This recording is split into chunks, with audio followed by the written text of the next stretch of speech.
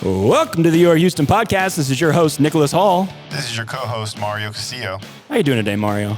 I'm doing well. Sure, you seem kind of tired. I am a little tired. Is that because we're in the midst of the most epic weight loss challenge known to man? That, and I just didn't sleep well, and we started early this morning, so there you go. All those things combined. Well, I'm a good sport. I didn't bring donuts today to try to tempt you. I would have eaten one. Well, I'm a good friend.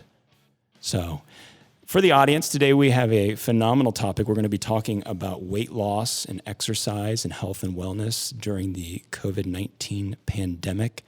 And you may or may not know, but me and Mario, like I said, are in the middle of a weight loss challenge. It started on August 2nd. It's going to run through the Houston Restaurants Week to September 7th. Is that why? See, I thought it was a month-long thing. I thought it was to the end of August. Now it's a week into September? It's September 7th. Because it's of 5 Houston? weeks. I wasn't mentally prepared for 5 weeks. Well, we'll probably make a donation for the Houston Restaurants Week. You know, it's something to do. But it is a major thing. People have the COVID-19, right? And I don't mean the disease per se. I mean they're gaining weight. See, I was already planning like a big Labor Day feast after this challenge, you know, lining up some meals that I've really been craving. And well, you know, it's my birthday during then, so I will be starving myself in a very healthy way during my birthday. No birthday cake for me. I want to win. Fair enough. So today's guest, I mean, this is something that the audience is going to get to learn about our habits, our discipline, and our philosophies on weight loss and diet in general. And hear from an expert who is dedicating their career to help folks maintain a healthy weight. Yeah, I mean, Dr. Mathur, you know, she is living the dream. She gets to spend her life doing something she's so passionate about, and it's weight loss, and it's really treating the patient through everything that they do in a very holistic way versus just, you know, focusing on one. You know, some doctors out there just prescribe one medicine. That's all they do. They just have a one-size-fits-all approach. But then there's other physicians that actually have a much more macro and what I would consider to be better approach.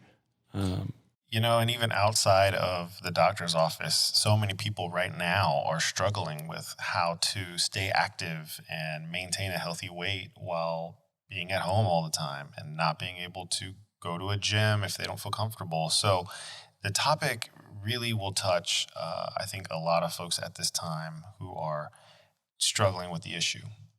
Yeah, it's a lifelong struggle for some people like me. It really is. We will be sure to share some of my photos from when I was a very large young child. But I think we're going to save that when we check back in on this challenge. But for our guest today, I mean, I was blown away when I saw, you know, the background, the education. And I really just can't say enough about how excited I am to have Dr. Mathur on the show. Absolutely. You know, Dr. Mathur is a board-certified internal medicine physician who went to Baylor College of Medicine for medical school and did her residency at Harvard. Yeah, you know how hard it is to get into that? That's very impressive, you know, and then spent a number of years as a primary care physician before starting her own practice called Lifelong Weight Loss. Yeah, and so one thing we're not including is that she graduated with honors from Baylor Medical School, and she was summa cum laude from Rice. Yep. So extremely impressive. Very intelligent, knows her stuff, and has helped a lot of people get to and maintain a healthy weight. So excited to have our guest, and I'm so excited for our 2 new rounds.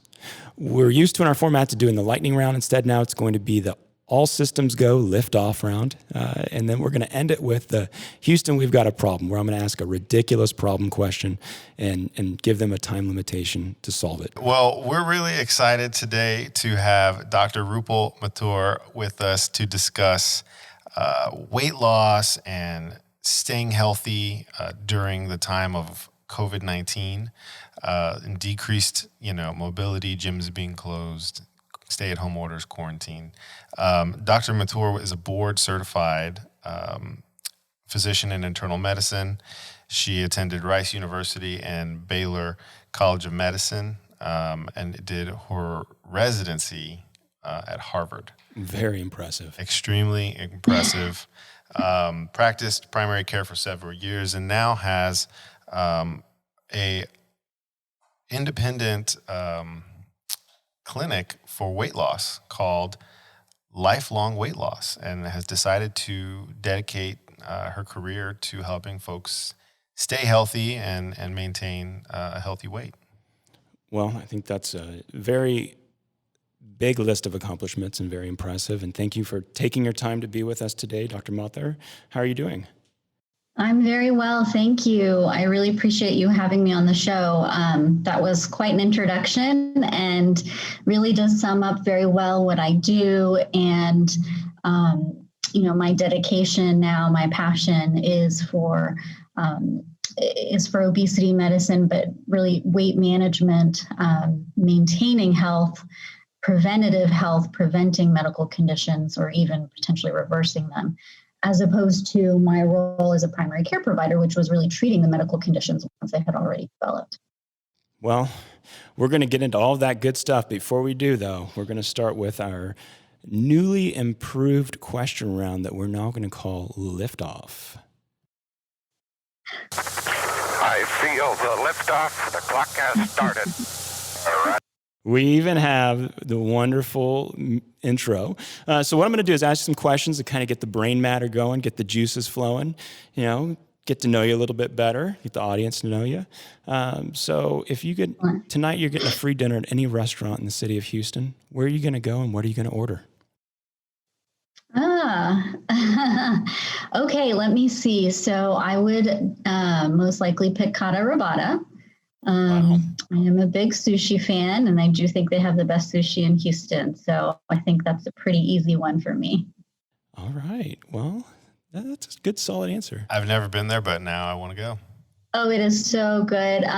The yellowtail jalapeno hamachi in a ponzu sauce. So it is sashimi. We don't have all the rice of the maki, of the rolls, but it's delicious. And like I said, their fish quality is just, I think, the best in Houston.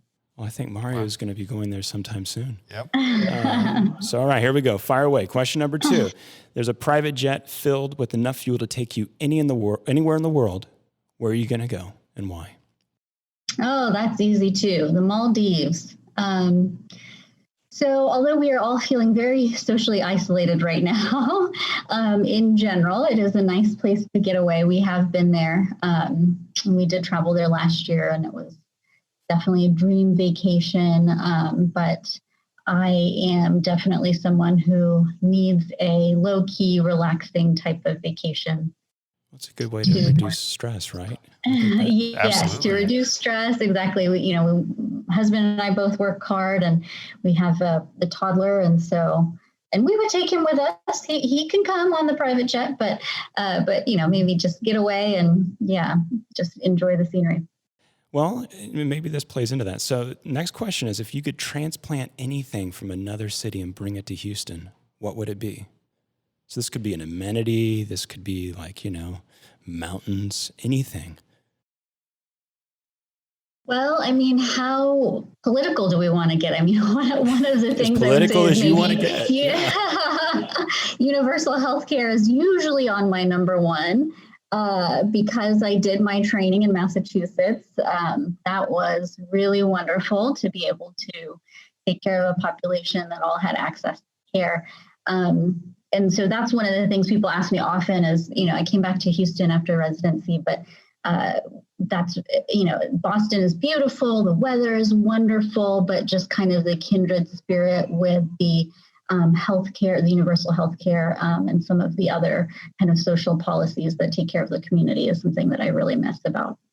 I respect that answer. I think that's a good answer. We might need to have you back for an episode on universal healthcare. Most definitely. It would be my pleasure.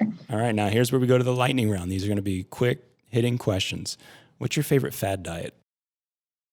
Low carb. Although, is it really a fad? But it's my favorite. Oh, it is. You say keto, but... Yeah. So what's the worst weight loss advice you've ever heard? Drink cabbage soup to lose weight, I guess. Sounds like a terrible idea. I don't know. Some of my ancestors may have been brought up, and that's the only form of sustenance they had. But yeah, I guess that is a pretty bad advice. Well, if you're just having cabbage soup, that would be the problem. As a part of a balanced diet, that's okay. If you could only take one supplement or antioxidant, what would it be? Omega-3. Okay. Fish oil based omega-3. It's very anti-inflammatory. One of my favorites. What's your favorite cheat meal? Pizza. Definitely. Right. Easy one. That's always a squared away answer. Mm-hmm. Coca-Cola or Diet Coke? Coca. Okay. Regular versus Diet Coke. And then my last question of the lightning round is going to be, have you had the Impossible Burger? I have had the Impossible Burger. You have? I have not. So is it really good? Well, okay. So let me preface this by saying I've been a vegetarian my whole life. So eating that for me, I didn't know if, is this supposed to taste like meat or not? I don't know because I don't know what that is like, but I will tell you that I was worried that they had given me the wrong burger. So it was quite meaty, I think. Oh, wow. Hot dotty.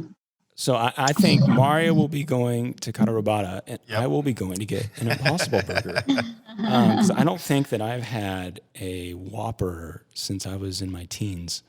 But we'll get to that, during the interview. So that completes our first ever all mission, all systems ready to go, liftoff round. Well, thank you so much for being here. We want to start by just talking through some tips and some advice for folks who are trying to maintain a healthy weight. They're staying at home more. Maybe they're not comfortable being in a gym right now. Maybe they're eating out all the time, fast food, take out to go. What are tips and what is some advice that you would give to people who are struggling right now with maintaining a healthy weight? That's a great question. I mean, I think that is the key question right now, is to address people's health at home. We're all watching out for our health by, limiting exposure to COVID, but really the key is taking care of our bodies during this time. And so there are multiple elements: what we're eating, our activity level, absolutely. I think a big one and an easy one relatively is water, because everyone has access to it. And so that's one that I think is often overlooked as a change that can be easily incorporated into the day, especially if you're working from home. But my suggestion with working from home and water is still bring your bottle of water with you to work, like to your work desk, because I'm really finding that people are just getting stuck in meetings or whatever it might be and not getting up to refill their cup, or, if they're just kind of treating it as, I'm in my home and I can just have cups of water throughout the day. So I think increase in water intake is a big one. We do often mistake hunger for thirst. So if we're, dehydrated, then we might feel hungry and go reach for a snack, when really if we had the water right in front of us, that can help limit snacking throughout the day. I have a 50-ounce glass bottle, huge bottle of water that I keep with me. And so I definitely think that helps me just remember to stay hydrated and then also keep track of my hydration throughout the day. But that's a big one. Keeping water and keeping snacks away from the work area. I think those two are big ones. Because I do hear from a lot of people, maybe they're not stopping to even grab lunch during the workday because the Zoom meetings are back to back, but they might be snacking and not really realizing how much they're eating. So it's so much easier to do that mindless eating, whether you're back in the office or at home, but at your work desk. Yeah, keeping the addictive things out of the environment. As we discussed, Mario and I are in the middle of this phenomenal weight loss challenge. And my wife has a bit of a sweet tooth. And when I first met her, I tried to explain, because she really loves peanut M&Ms. And I was like, I do too. And you know what? You cannot bring them in the house. If you do, some little part of my body, some demon will come out and I'll find them sometime of weakness and I will eat them. And so I've had like a zero tolerance discussion, but somehow they always find their way in the house. And what I've done is just come to an agreement with her to hide them somewhere and never tell me about it. What advice would you have, for instance, in our weight loss challenge, we exercise vigorously. And so I take, and actually have it right here in my big Nalgene right here. I take, it's called Encaged, I believe, but it's an electrolyte water. Is that safe to drink all of the time? Because I don't think I just drink regular water. You probably don't want that all the time. You want that when you are working out, when you're losing the electrolytes through sweat, or if you're outdoors. But, for most of us, it's not going to be dangerous. Our kidney will handle the excess electrolytes and excrete them. But certainly there are people who need to limit their electrolyte intake, especially if they don't have an increased output of electrolytes and they're just really drinking them. So, I think a lot of people feel like if something is good for you, more of it is probably better for you, but that's definitely not correct. Too much of anything, right? Any substance, food, water, air, oxygen, anything is bad for humans. So, same applies, that rule kind of applies to anything you have, including the electrolyte waters. And then, of course, one thing to watch out for the electrolyte waters, is the sugar content. So there's lots that are on the market that are 0 calorie, but just be careful if you are having a sugary drink that, you're drinking a lot of excess calories there. I use the little tablets that I put in my water. Are the salt tablets? None, I think it's called. None? You don't use the TB12 tablets? No. Oh, wow. No. Mario's a big Tom Brady fan. And so I figured he would be using everything TB12. So, Dr. Mathur, if you're thinking about mental health as well, and what impacts are folks experiencing in addition to the physical side during, the pandemic? It's huge. And I'm glad that this topic has been getting media coverage because a lot of people have struggled and are struggling. A lot of people are struggling alone because of the, obviously the need for social distancing. But it is very real. I have seen a lot of patients back in my office who are really struggling, and I provide some therapy in what I do just because emotional support is a huge part of weight loss, a huge part of being able to take care of yourself and your health. But, I do have patients that are crying in my office when we start talking about what is going on and what's driving some of their, potentially their emotional eating. And a lot of it has to do with the isolation that people are experiencing, just lack of, contact maybe with their regular health providers too, or their regular therapist, or just their normal support network that, usually provides some guidance through difficult times. But everyone, I think, is feeling this. It's been several months now, and it has been very tough. Whether it's been tough for you financially or just, personally, emotionally, spiritually, seeing what's going on in the world, seeing the heartache that people are experiencing through this pandemic has been a huge challenge. And I would like to add, I think people overlook this piece, but when we are not eating well, that definitely contributes to our mental health. Getting the adequate B vitamins, getting probiotics, prebiotics, these things are important in our mental health. These are regulating our gut health and our neurohormones, the B vitamins in particular. And so if we're not getting that from our food, if we're just, if we're doing a lot of fast food type eating, then that can definitely negatively impact our mental health as well. So I definitely encourage listeners who are struggling with that to reach out to someone. If you don't feel like you can reach out to someone in the family, maybe even just your primary care provider to get some guidance, be referred to a therapist. It is possible to get in to see someone. I know that's also been a bit of a bottleneck, but there are still resources available. But that has been huge. And then also being sedentary, not having the activity. A lot of people use that as an outlet for their stress. And so not having that piece as well it has compounded the issue with mental health, the struggle with mental health. Yeah. So, go ahead. It's really these compounding, factors. You got more screen time, more than ever, right? So we're getting extra blue light, and we're generally not out walking in the sun, and we're otherwise being very socially distant. Some are going to the parks. But most people, they're in exercise and go to a gym.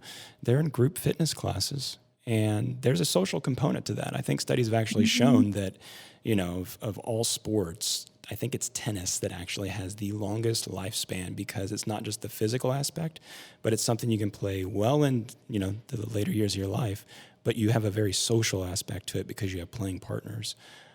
So because mental health is so intertwined with this and with weight loss or maintaining a healthy weight, what would you recommend for someone that's maybe been on the sidelines and not exercising, and they really do, want to get back to moving?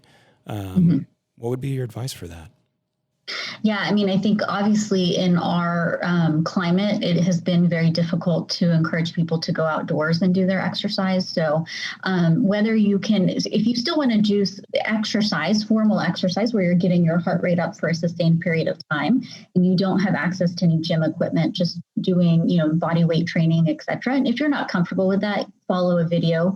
But you can, kind of YouTube a lot of things, or you can virtually sign up for classes.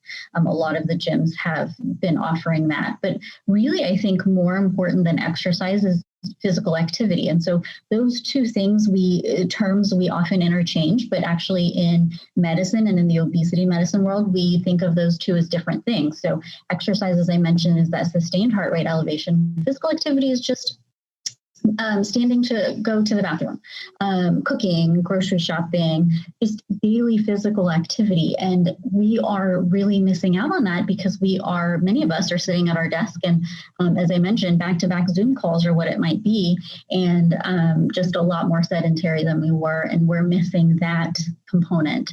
And so there's something called the 28-2 rule. So if you've never heard of that, that suggests that we should, for every 20 minutes of sitting, stand for 8 minutes and gently stretch for 2 minutes.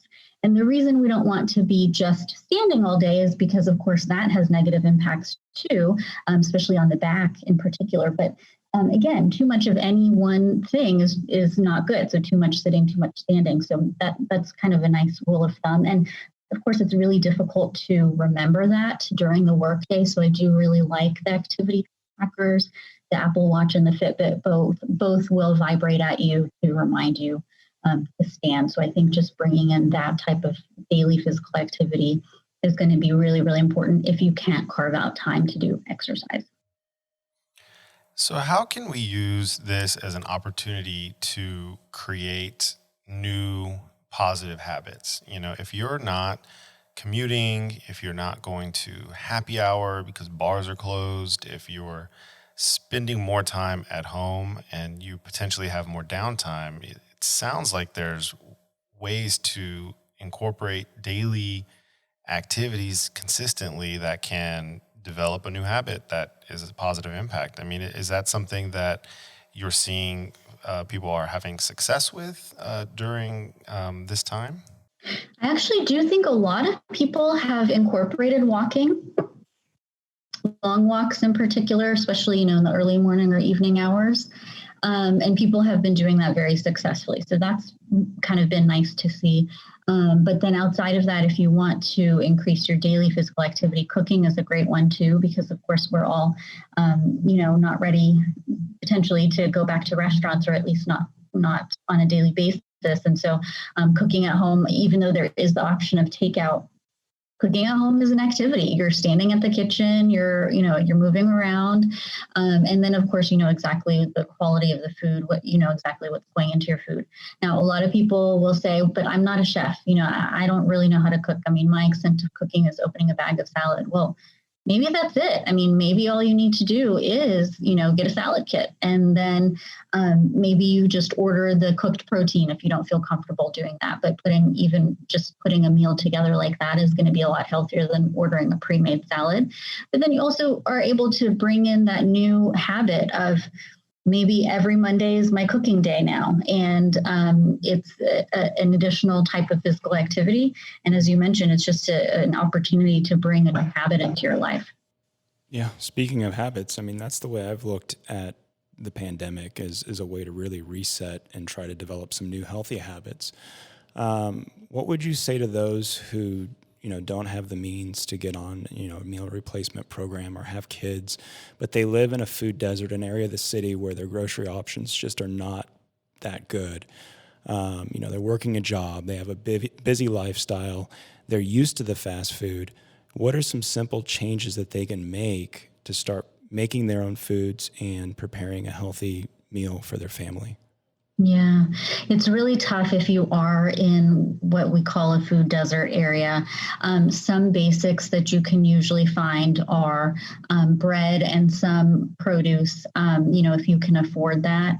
But, if you are typically going through fast food, a drive-through, and ordering an egg sandwich for breakfast, or, similarly, something like that, a sandwich for lunch, you can prepare that at home. So, I could talk at length about my ideals in terms of, low carb and kind of managing, intake throughout the day. But if that's just not feasible, the big thing is, as you suggested, just not eating out. So any option at the grocery store, for the most part, is going to be better than fast food. So making that first change initially. But after that, I always recommend try to structure your meals very simply: a protein and a vegetable. And if you'd like a starch too, but just it doesn't need to be complicated. I think that's where people feel like they have to make a recipe, and it's not really like that. And that's how humans have evolved, is really, we eat some protein when we have access to it. Otherwise, we eat from the earth. We eat nuts and seeds and maybe some berries. But I'm trying to get back to the basics a little bit in terms of the meals. And would you say that it is, there are some group activities that are safe for physical fitness for folks that are concerned about not, exposing themselves to COVID-19? I think that's a tough one because every individual organization has their own guidelines.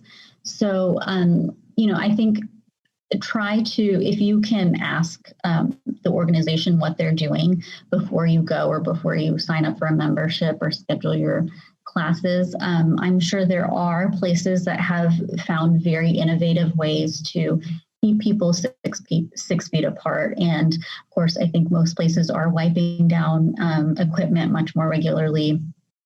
If you feel comfortable wearing a mask during your workout, I know that's tough, but it doesn't have to be an N95. That would be very difficult to wear during an exercise workout, an exercise routine. But and maybe it's a class that's very low intensity, to where you could wear a mask and feel comfortable doing your workout and still be in that group setting, so that you get some of that benefit. If you don't want to do a virtual, as I mentioned, a lot of these places are offering virtual classes as well. So you still do get to, see other people that are also logging on along with you. But I don't have a specific place, unfortunately, that I know of where, I feel like their group sessions are great, but it doesn't have to be a group session.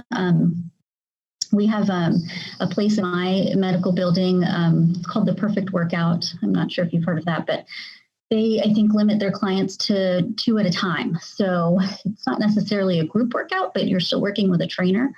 And, I think the trainers are doing a good job too of being very, very careful in their interaction and wearing masks, etc. So a lot of the healthcare providers, and I would include trainers in that, are really trying to do our best to still be there and open for the community, but just put a lot of precautions in place. So I think Don't let the fear overcome you. Do start trying to explore some of the options that are available. You might be surprised that there is something available. Yeah. I mean, and I keep it simple, like you were saying, doctor. I take breaks every 30 minutes to an hour and go spend some time with my son or go on a walk or do some sort of movement. But during our weight loss challenge, I have been, let's just say, very intense with my exercise routine. I've been wearing a weight vest and climbing stairs, for instance, doing stuff like that I would consider to be functional fitness, but yet still socially distanced. So, there's some people out there that have pre-existing conditions and they have maybe put it off. They have deferred maintenance. They haven't gone to the doctor. They may not even be aware, for instance, that they have low testosterone or something else going on with their thyroid or pituitary gland. I'm curious what your stance is on testosterone replacement or growth hormone therapy for men that live a very stressful lifestyle and, they're working out, but their body's just not recovering as efficiently as it did when they were younger. That's a good question. It's a popular concept right now, testosterone replacement therapy for men. In general, what we're seeing in the studies is most men don't need excess testosterone therapy. Some men do. So it's definitely always worth a conversation with your physician because I have checked men's testosterone level and it's very low, and we need to address what is going on because, as you mentioned, sometimes it is a pituitary issue. It's a pituitary tumor that's preventing adequate gonadotropin hormone secretion. And that's just the sex hormones. And so you do need to investigate that if you are concerned about it. But once you get some reassurance, I would say, for most men, that's not really something that is necessary. And excess hormone replacement therapy for men and women, for women, obviously for estrogen, has its own drawbacks. So, the literature definitely it's not showing that this is something without harm. So we do need to be mindful of the potential increase in cardiac events with testosterone therapy or the increase in thromboembolic events, which are blood clots with both testosterone and estrogen therapy. And something that's very interesting about the thromboembolic events or the blood clots is that if you've had COVID, we also think that's a big risk factor for blood clots. So, this is something that really, it warrants a real good conversation with your physician before you decide to do this. There are a lot of offices out there where you can just walk in and they're offering testosterone replacement therapy, but that's not necessarily the right move. I would definitely consult with a provider who has no financial interest in it before you pursue that. And then on the other side of things, if you really are finding that, hey, I'm working out, but I'm not recovering as well, or, the muscle mass is just not there, then definitely explore the nutrition side. I think most people in the bodybuilding community do recognize that what you're eating makes a huge impact on whether you can build muscle fiber. So, and then some things that you can add for recovery, branching amino acids, the adequate amount of protein intake post recovery, maintaining recovery intervals between working out the same muscle group, etc. So some things that, you might be familiar with if you're entrenched in that type of community. But if you're very new and just trying to put on muscle mass and don't really know some of those specifics, then that's where the conversation with your trainer or with a nutritionist or someone like myself who has some background in the nutrition piece. Yeah, I mean, I was mainly thinking through just like maybe lack of motivation and depression and all other things related to maybe having if you're hypothyroidism in females or you have low testosterone for males. How often in your practice do you see that there is a need for medical intervention in the form of prescriptions? For hormone replacement therapy? Well, just for weight loss in general. Oh, for weight loss. Okay. So that's a little bit different conversation because there are some medications that are FDA approved for weight loss. And it is something that I usually will offer the majority of my patients, but I say it in that way because it's not a requirement. I have lots of patients who have lost weight successfully without a weight loss medication. And it really depends on that person's medical history. So as you mentioned, if they have a pre-existing condition, especially a cardiac condition, then a certain type of medication, weight loss medication, is not, there's some classes that are not going to be appropriate or safe for them at all.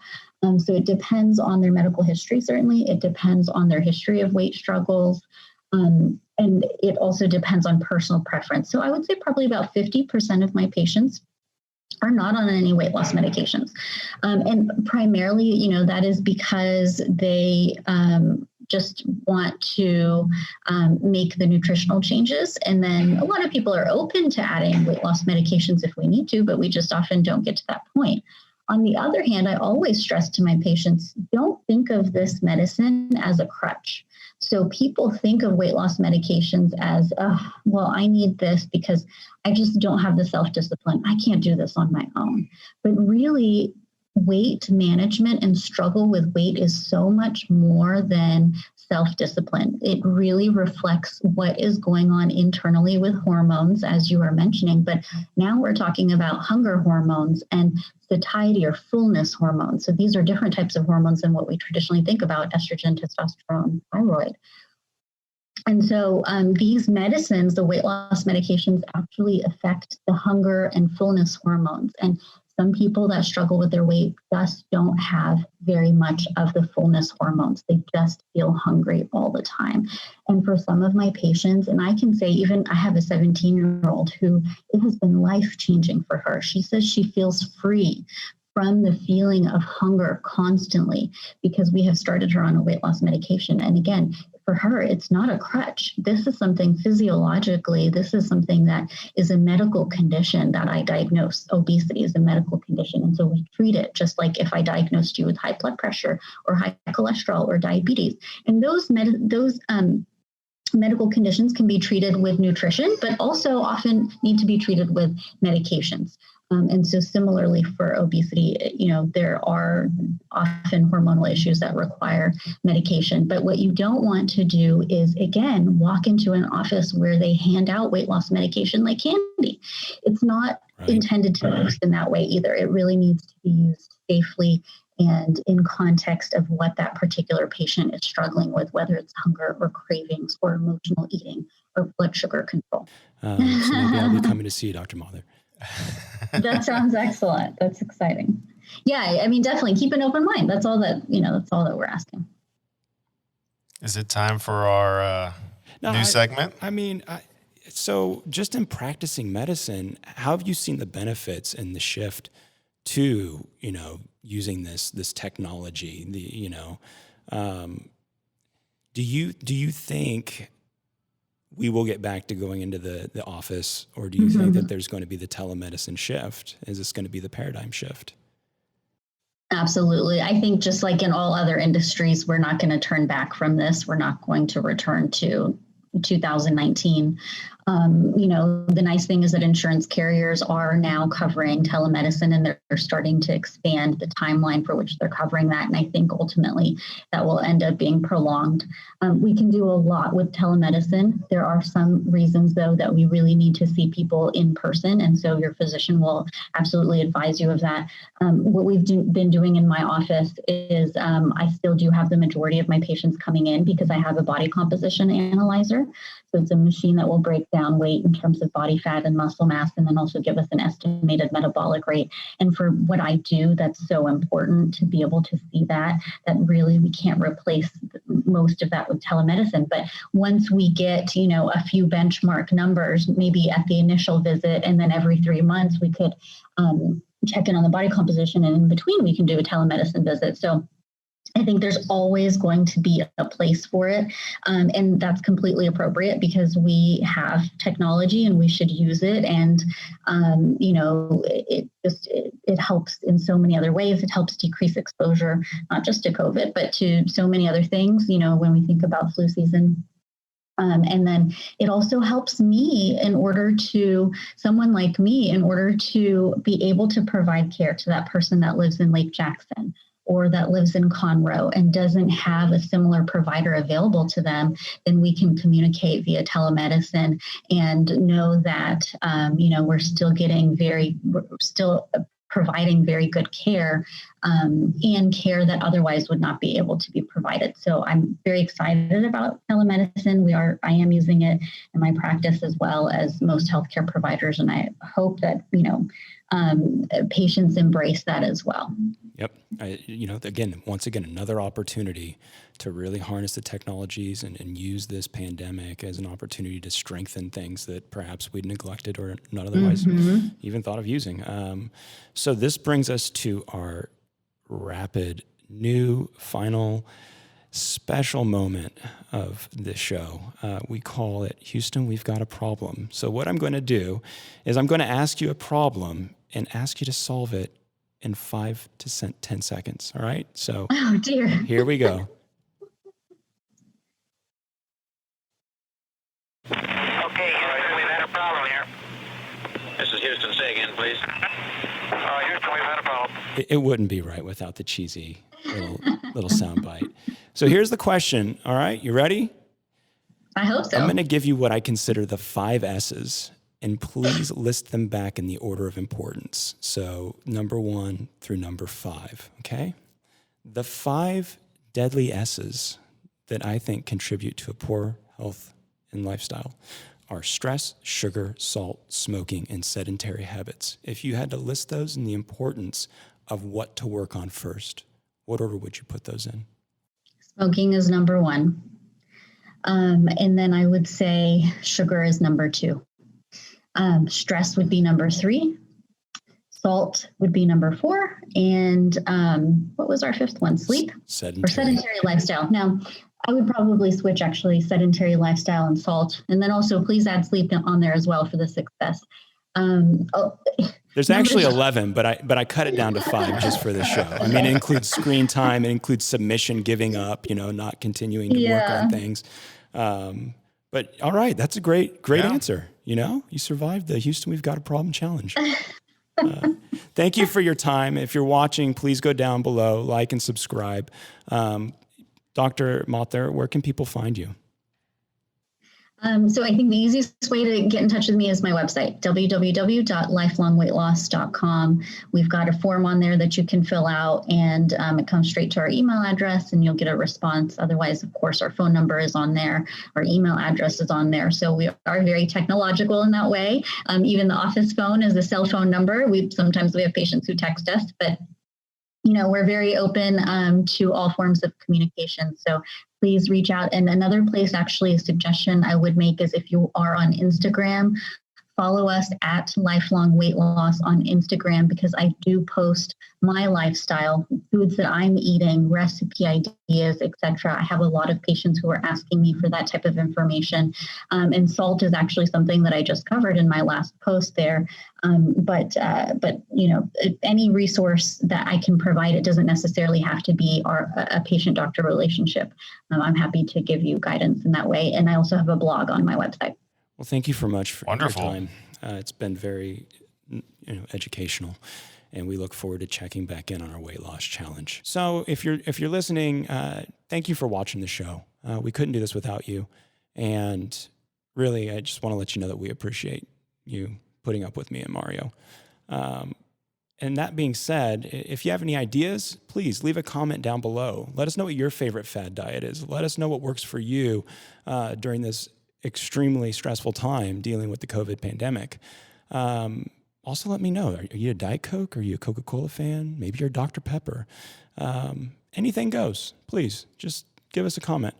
And also, like and subscribe to the show, and let other people know about it, because this really is an opportunity for you to get involved and make a difference.